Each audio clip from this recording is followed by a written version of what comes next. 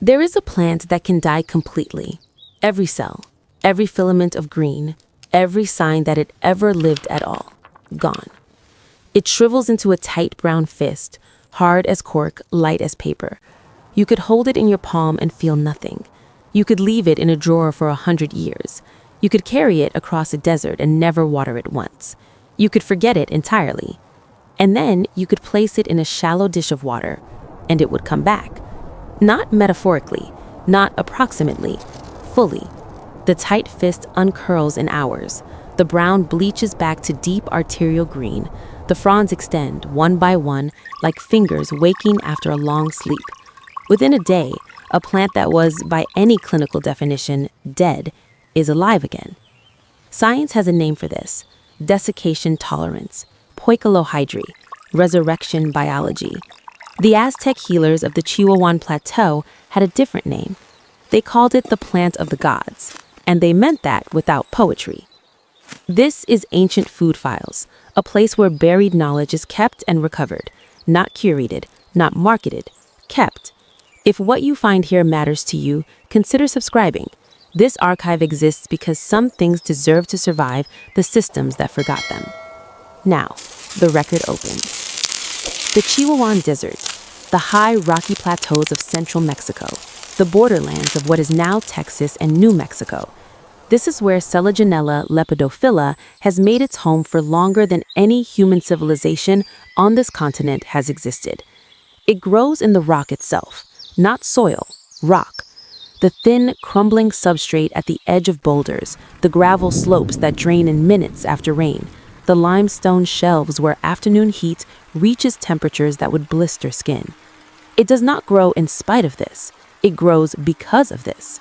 It has organized its entire biology around the premise that water will come and then it will leave, and the only response is to contract fully around that absence and wait.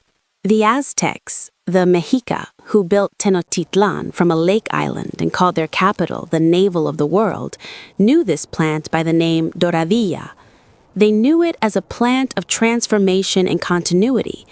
In their medical codices, those that survived the burning, it appears as a treatment for matters of the womb, for difficult labor, for the passage between states. The symbolism was not incidental.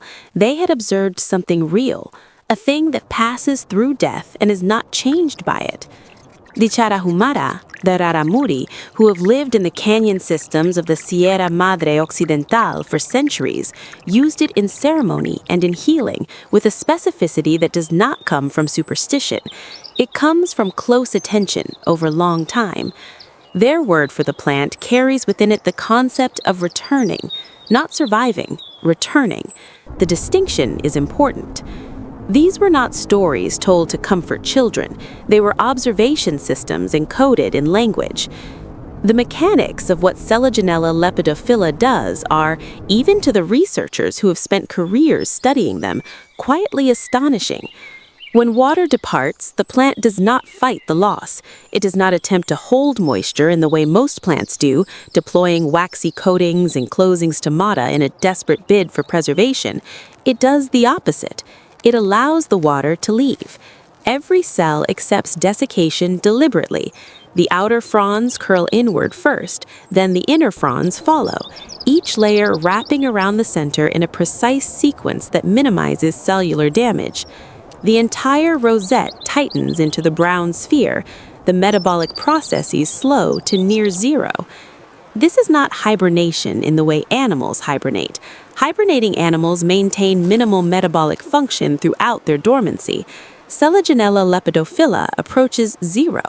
It enters a state that biologists describe as anhydrobiosis, life without water, in which the plant is, functionally, suspended, not dying, not quite living, waiting.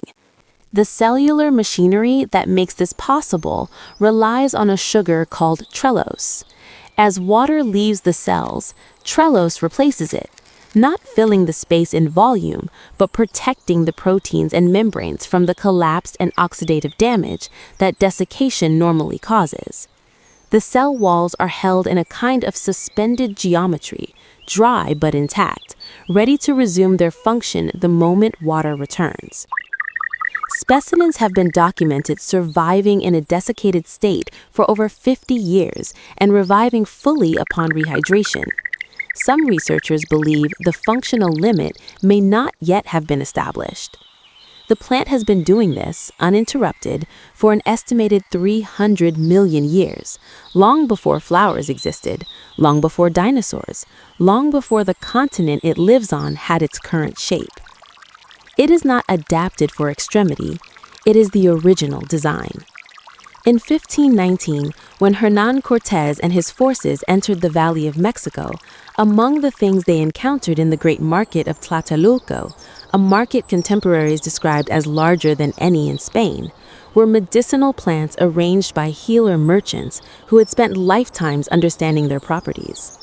The Spanish physicians accompanying the expedition, most notably Francisco Hernández, who was later commissioned by Philip II to conduct the systematic survey of New World medicine, documented Doradilla with careful attention.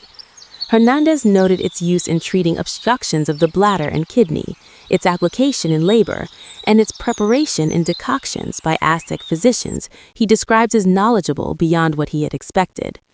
His survey, completed in the 1570s, ran to 15 volumes of manuscript. Philip II never published it fully. The original was largely destroyed in a fire at the Escorial in 1671. What survived was fragmentary. The knowledge it contained, the compiled observation of Aztec medicine across decades of careful documentation, was reduced to what fit in the margins of European curiosity.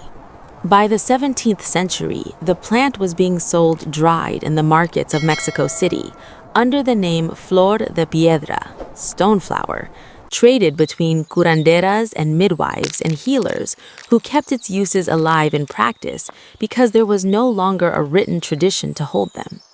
In 1847, during the Mexican-American War, American soldiers recorded seeing the plant sold in border markets, brown and apparently dead, sold with the promise that it would revive. They recorded this as a curiosity and moved on. The war ended, the observation went into a footnote. There is a recurring quality to how this plant appears in Western records. It arrives, is noted with mild wonder, and is then set aside as something not quite serious enough to pursue. The suppression of Selaginella lepidophylla as a serious subject of inquiry was not dramatic. There were no eradication campaigns, no government programs to remove it from the landscape.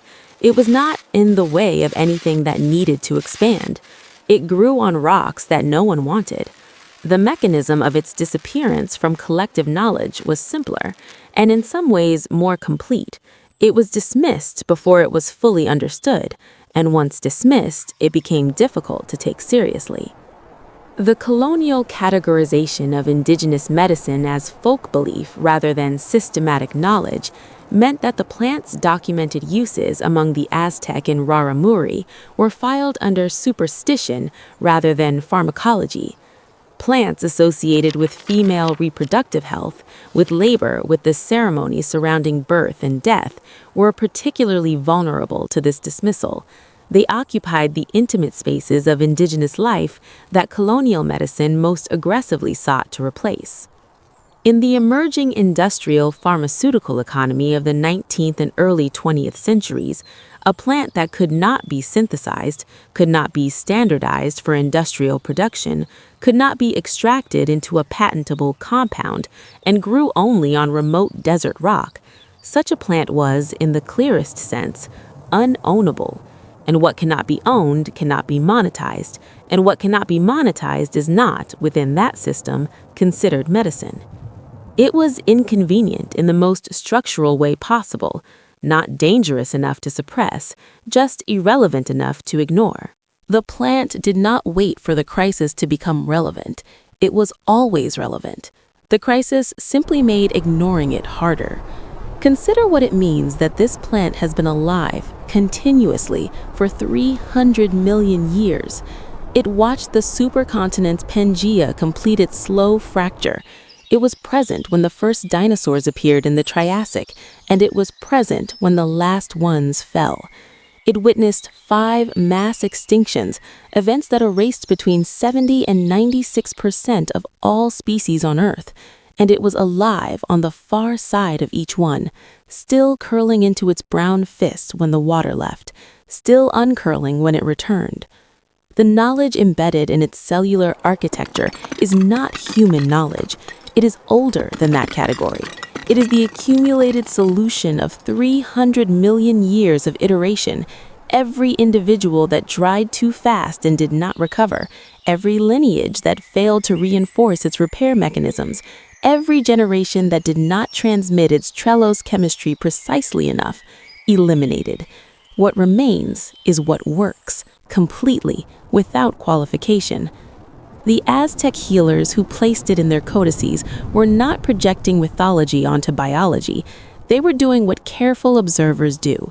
They were noting that something here behaved differently from everything else, that the rules that governed other living things did not apply. They named it accordingly. The knowledge was never lost. It was growing on the rock the entire time, waiting as it has always waited, with a patience that does not require our acknowledgement to be real. Nature does not hold its breath for human attention. It simply continues. The rock is still there. The plant is still there. And when the next drought comes, and it is coming, the brown fist will tighten, and the waiting will begin again. And nothing about that process will change. It never needed us to understand it. It only needed us to stop dismissing what we could not yet explain. If this archive is worth preserving, if recovering what was dismissed before it was understood feels like necessary work, then subscribe to Ancient Food Files. There are more of these stories. There will always be more, and they are worth keeping.